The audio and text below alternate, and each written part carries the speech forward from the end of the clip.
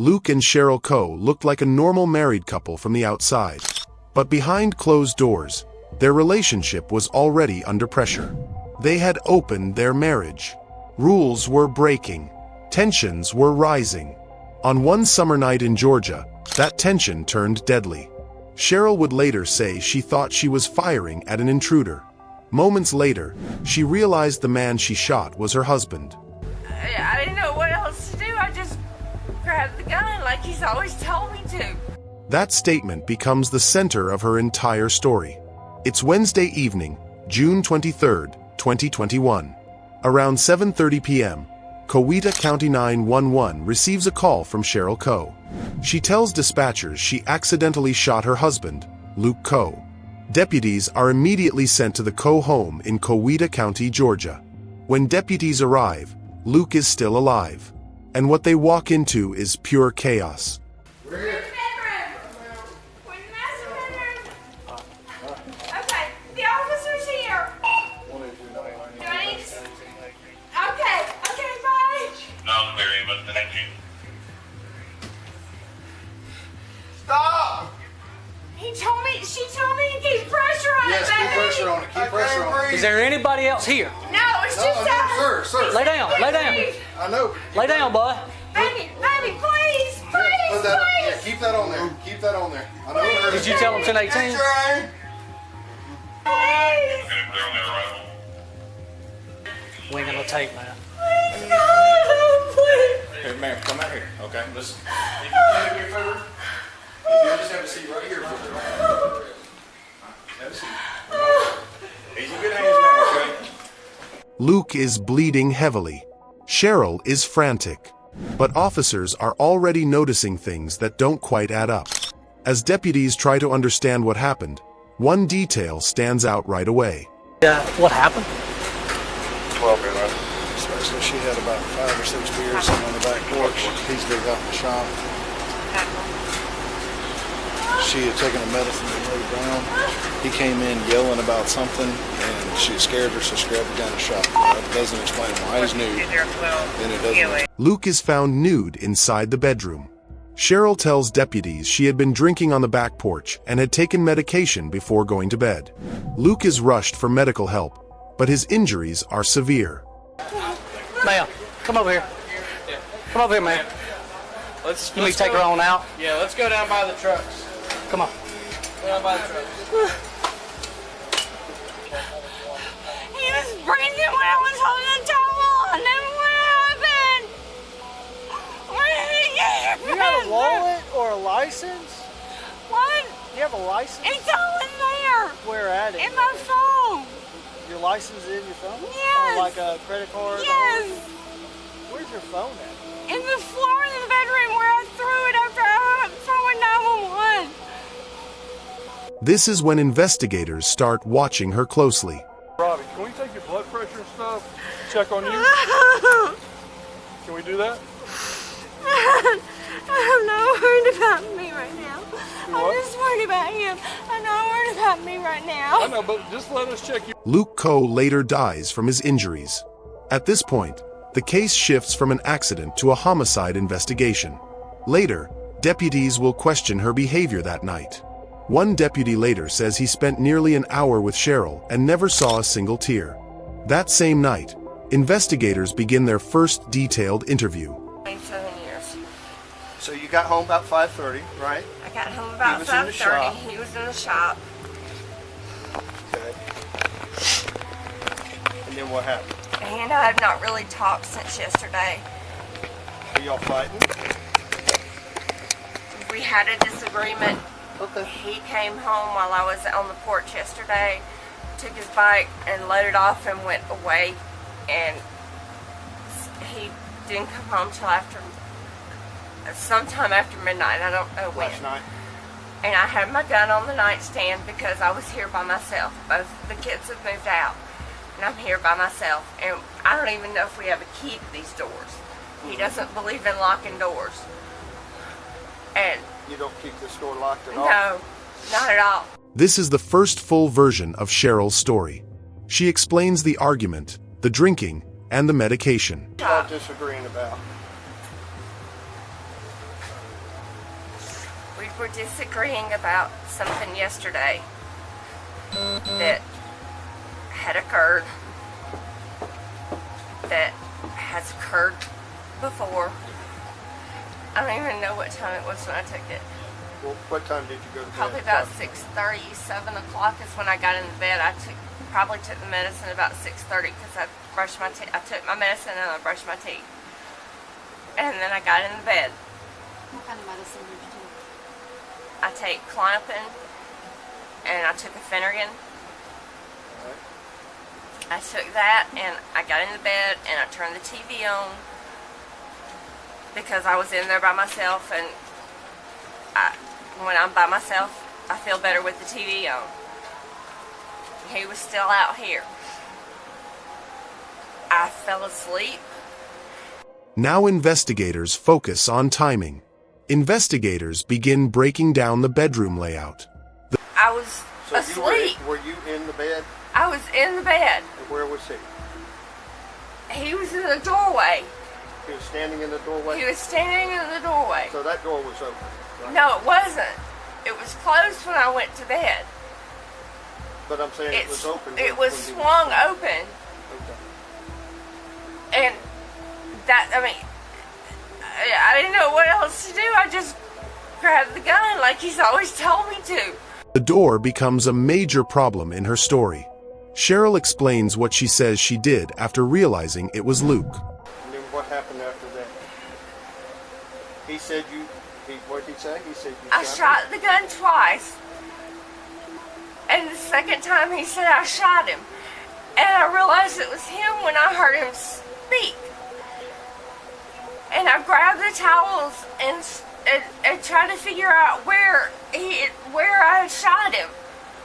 And then I called 911 and they told me to put the towels where it was. I couldn't see where it came out anywhere.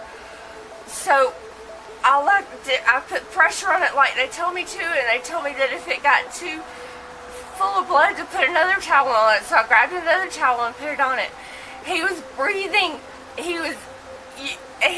But the timeline still doesn't work. Phone records show Cheryl called 911 at 7:26 p.m. That leaves an 11-minute window for everything to happen. Falling asleep, waking up, shooting twice, realizing it was her husband, calling for help, all in 11 minutes. Investigators rewind the story even further. We had a normal conversation for us on the way to work on Monday. I went in and opened the Women's Imaging Center, and for the first hour I'm by myself, so it's like I'm slammed with stuff. Mm-hmm. And then when it dies down, I'll usually text him and text other people that I talk to, good morning. I'm sure I texted him that day because I was making plans for the week. And he disagreed with my plans for the week and said it made his stomach turn. And I said, okay. I was asking, I wasn't telling, I was asking. This is where the marriage itself enters the case. Cheryl explains the open marriage and the rules they followed. You always have to ask him if it was okay, or did you guys have any rules? Or Yeah, we had a lot of rules. Over a year's time, we worked out a lot of rules. But we always got to those rules because of some type of issue or something. And that's the reason Monday I was just like, yeah, let's just don't do this anymore, because it seems like every time we get into a heated discussion, and by no means have we ever laid our hands on each other or anything like that. Mm-hmm. But every time we would get into an argument or a heated discussion about it, it had to do with that part of it. Now, did he ever have to ask you for permission to? Mm-hmm. Okay.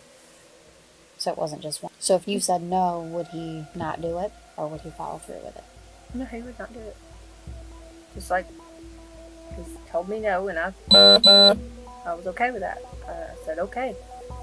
But when he told me that, it kind of made his stomach turn. And I was like, that's when I told him, I said, let's just don't do it anymore. Now, he knows this person that you were messaging with, and you knew the person he was messaging with. That arrangement becomes the source of a major fight. Cheryl says the argument happened days before the shooting.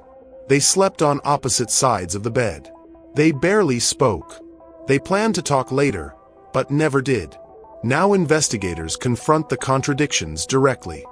Yes, Aaron, but you said that you fired these shots so that he could hear you out in the shop where he was playing music so loud. And you just described going into the bedroom to a place where you didn't hear the music anymore. And so I'm having trouble making sense of how both you say you couldn't recognize even the silhouette of your husband through the door when all this light is shining through, and who is speaking to you, yelling at you. And then you would fire 2 shots in a room where you say you couldn't hear the music from the shop. Why would he be able to hear gun? Her explanations begin to fall apart. Cheryl leans on alcohol and medication.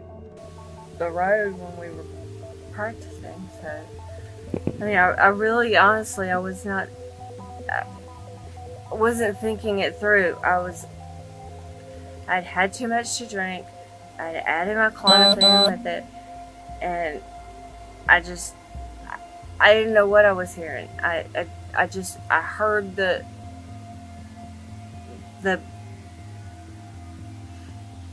door slam open, and I couldn't. I was asleep. I couldn't focus on anything. All I knew was my gun was right here. But confusion doesn't explain the evidence. Investigators lock in on exact times. Then let me ask you this, because you said you went to bed at 7:15, correct? Sometime around that. Okay. And you called 911 at 7:26, correct? That's what the call screen says, that you called 911. Okay. So that means that you were asleep for approximately 11 minutes. Okay? If you fell asleep. If you fell asleep immediately. So 7:15 to 7:26, that's 11 minutes for someone to fall asleep so hardly that they don't know what's going on, or the door's slung open, and the first thing that you do is reach for your gun and fire off 2 rounds. So I had too much to drink. Okay. So when I talked to you previously, you stated that somebody slung that door open and they were shouting and screaming, and remember I asked you didn't recognize if it was your husband's voice or not. And what did you say? Do you remember what you said to me? At this point, no, I don't. Okay. You had said that you were too dazed and didn't really know who was. There's nowhere left to move the story. Then Cheryl tries to change the story again. He flung the door open, and he was yelling at me. Okay, when you say who's he? Luke. Okay. He was yelling, and throwing things, and grabbed a hold of me and told me if I wasn't going to talk to him that I had to go sleep in the other room, and he was pulling me out of the bed, and